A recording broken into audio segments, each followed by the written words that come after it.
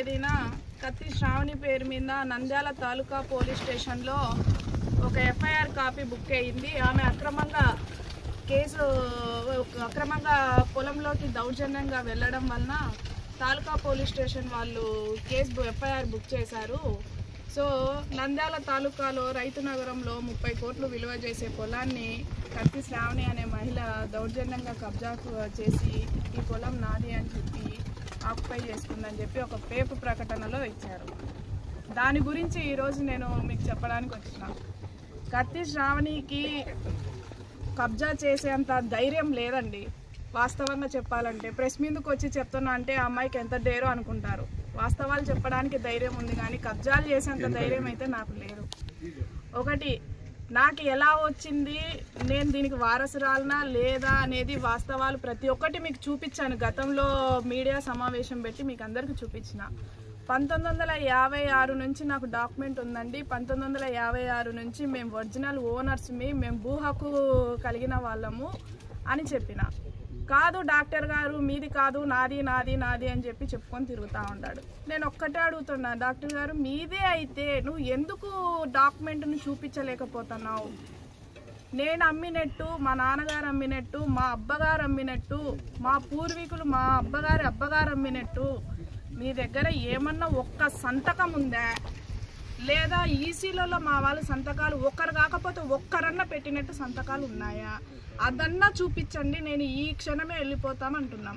కానీ మీరు ఎందుకు అది చూపించుకోలేక నాది నాది అని చెప్పి ఒక మహిళ అని కూడా అనుకోకుండా నీ డబ్బు బలగంతో, నీ అంగం బలగంతో, నీ పలుకుబడితో పోయి పై స్థాయి నుంచి ఒత్తిళ్లు తెచ్చి నా పైన కేసులు బుక్ చేసుకుంటున్నాం. కేసులు బుక్ చేయి, కానీ నేను వేయడానికి భయపడను. కేసులు ఏమి విచారణలు జరగాలి, కోర్టుకు వెళ్ళాలి, కోర్టులో ఎవరిది తప్పు ఎవరిది అన్యాయం అనేది జరుగుతుంది. ఆన్నే న్యాయ పోరాటంలోనే న్యాయం ఏందో తెలుసుకుంటా. కేసులకు భయపడి నా సైట్ను వదిలిపెట్టి పోవాలి అని చెప్పి నువ్వు భయభ్రాంతులకు గురి చేస్తే దీనికి రెండింతలు ఇంకా ఎక్కువనే నా సైట్ కోసం పోరాడతానే కానీ వెనకడిగేసే ప్రసక్తి లేదు. ఈరోజు నువ్వు సివిల్ కేసులు పెడుతున్నావు, తప్పుడు కేసులు.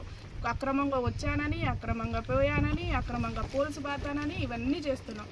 నేను ఇన్ని చేస్తుంటే నీ సైట్ అయినప్పుడు నువ్వు ఎందుకు రాకుండా పోయినావు? నీ సైటే కదా ఇది, నాది నాది నాది అని చెప్తున్నావు కదా, మరి నీదైతే నువ్వు ఎందుకు రాలేకపోయినావు? సరే, నువ్వు సైట్లోకి వచ్చి దౌర్జన్యంగా నిన్ను బయటికి దొబ్బి నేను పోల్చి పాతున్నట్టు నీకాడ ఏమన్నా ప్రూఫ్ ఉందా? సైట్లోకి వచ్చి నువ్వు దౌర్జన్యంగా నేను చేసుకుంటుంటే నువ్వు నన్ను అడ్డుకున్నట్టు ప్రూఫ్ ఏమన్నా ఉందా? అది నీదైతే నువ్వు ఎందుకు నన్ను అడ్డుకో?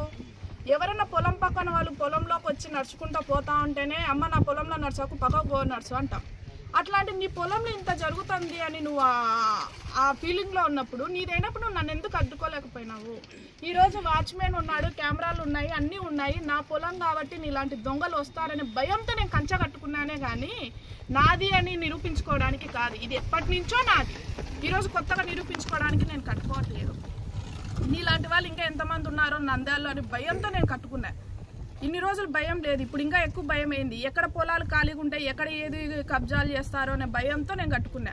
లేకుంటే పూర్వం నుంచి మా వాళ్ళు కట్టుకోవాలి కదా, పూర్వం నుంచి చుట్టుపక్కన వాళ్ళు కూడా ఎవరైనా కట్టుకోవాలి కదా. నీలాంటి వాళ్ళు ఎక్కువ ఉన్నారు పక్కన అని చెప్పి పక్కన వాళ్ళు కూడా భయపడుతున్నారు. ఈ డాక్టర్ మాది కాకుండా మళ్ళీ పక్కన కూడా జరిగి ఏదైనా చేస్తాడేమో అని చెప్పి పక్క పొలాల వాళ్ళు కూడా భయపడి కంప్లైంట్లు ఇస్తున్నారు. ఎంత లేదే ఆ మహిళ ఇంత పోరాటం చేస్తుందా? ఎంత లేదే ఆ అమ్మాయి ఇంత ఫైట్ చేస్తుందా? కేసులకు కూడా భయపడకుండా గట్టిగా కూర్చుంటుందా అని చెప్పి పక్క పొలాలు కూడా భయపడుతున్నాయి. ఈ వాస్తవాలు అన్నీ తెలుసుకోవాలి. ఇంకొకటి, రాష్ట్ర నిరుద్యోగి సచివాలయ రాష్ట్ర నిరుద్యోగి పైన కూడా నేను ఒక కేసు పెట్టినారు. ఆయన వేణుగోపాల్ రెడ్డి అనే వ్యక్తి పైన కేసు పెట్టినాడు. ఆయన ఏదో నాకు సపోర్ట్ చేస్తున్నాడంట. ఆయన సపోర్ట్ మీద 20 మంది గూండాలను తెచ్చి నేను పొలంలో దున్నడానికి ఇది చేసిన అని చెప్పి. ఆ 20 మంది గూండాల పేర్లు నీకు తెలుసా? ఆ 20 మంది గూండాలను నువ్వు ఎప్పుడైనా చూసినావా? నీకు ఏమన్నా తెలిసి నీకాడ ప్రూఫ్ ఉండి నువ్వు దాని మీద పోయి కంప్లైంట్ పెట్టినావా? లేకపోతే ఆ వేణుగోపాల్ రెడ్డి నీకేమన్నా మిత్రువా, శత్రువా, లేకపోతే బంధువా, లేకపోతే 110 సర్వే నెంబర్లో ఆ వేణుగోపాల్ రెడ్డికి ఏమన్నా ఆస్తి ఉందా? ఏది లేనప్పుడు ఒక ఉద్యోగస్తుడు, ఒక సచివాలయ సెక్రటరియట్లో పనిచేసే ఉద్యోగస్తుని పైన అనవసరంగా నిందలేసి వాళ్ళని పైన కూడా కేసులు పెడుతున్నాం. అంటే అతని పైన కూడా కేసులు పెడితే పక్కన ఇంకా కొంతమంది అధికారులు అమ్మో ఈ ల్యాండ్లోకి పోతే మా పైన కూడా కేసులు వస్తాయేమో, మా పైన కూడా నిందలు వేస్తారేమో అని భయపడి ఎవరు నాకు సపోర్ట్ కానీ న్యాయం కానీ చేయకూడదని చెప్పి నువ్వు అతని పైన కేసులు పెట్టినావు.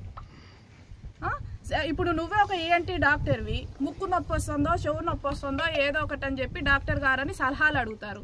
సలహాలు అడిగితే కేసులు పెడతారా? ఆ వ్యక్తి నువ్వు ఎప్పుడైనా చూసినావా? చూసింటే ఆ వ్యక్తితో నువ్వు ఎక్కడ మాట్లాడినావు, నీకు ఆ వ్యక్తి ఎలా పరిచయము, ఆ వ్యక్తితో సైట్లో ఉన్నట్టు ఫోటోలు ఏమన్నా ఉన్నాయా? అవి ఏవి చూపించకపోతుందా నీ పలుకుబడి ఉపయోగించి మా పైన FIR కాపీ బుక్ చేసినావు. ఈ పొలం నీదైతే, ఈ క్షణం ఈ పొలం నీదైతే ఈరోజు ఇదే పొలంలోనే నేను ప్రెస్ మీట్ పెడతాను.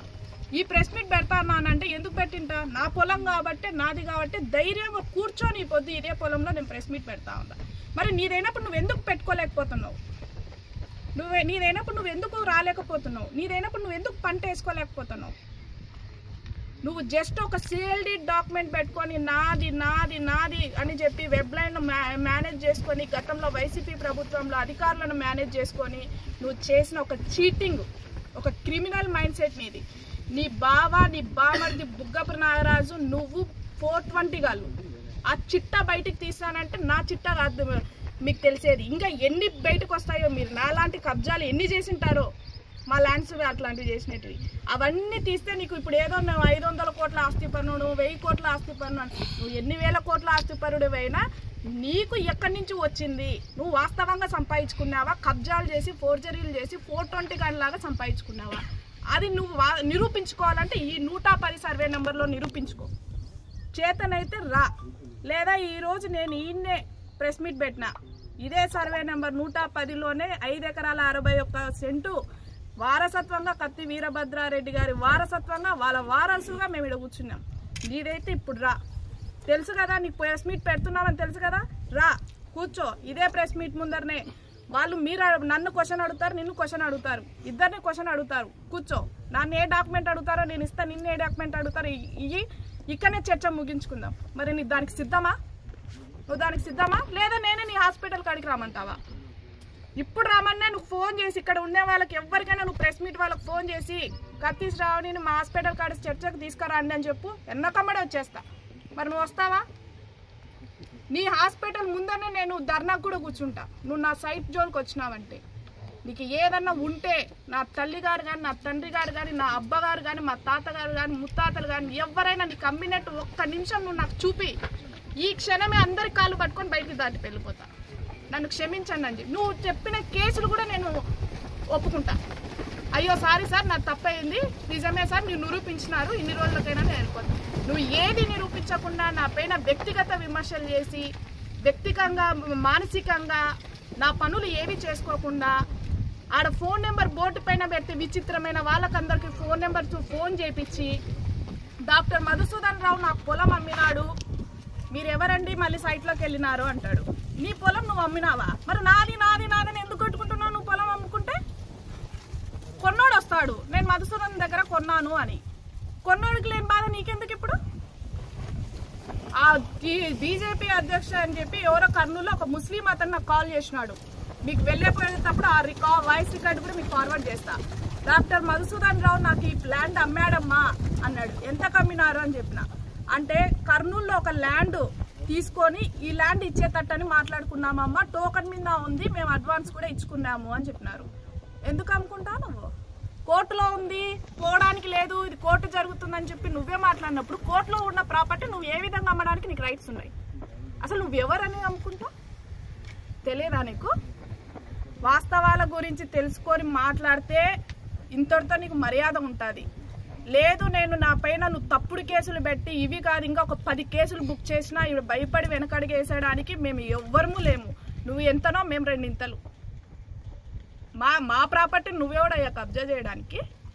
లేకపోతే మా నాన్నకు నువ్వేమన్నా పుట్టినావా? మా అమ్మకు మీరేమన్నా తోడుబుట్టినోళ్ళ? మా సొమ్ము కోసం ఒక ఆడపిల్లనైంది స్ట్రాంగ్గా నిలబడి ఈరోజు ఇంత పొజిషన్లో ఉండి మేము కూర్చొని నా పొలంలో నేను స్ట్రాంగ్గా మాట్లాడితే నేను నంద్యాల ఉంది, నేను ఎక్కడో ఆలగడ్డ నుంచి వచ్చి కూర్చున్నా, నంద్యాల ఉంది, రా ఇప్పుడు వచ్చి కూర్చుందిరా. తప్పుడు కేసులు పెడతావా?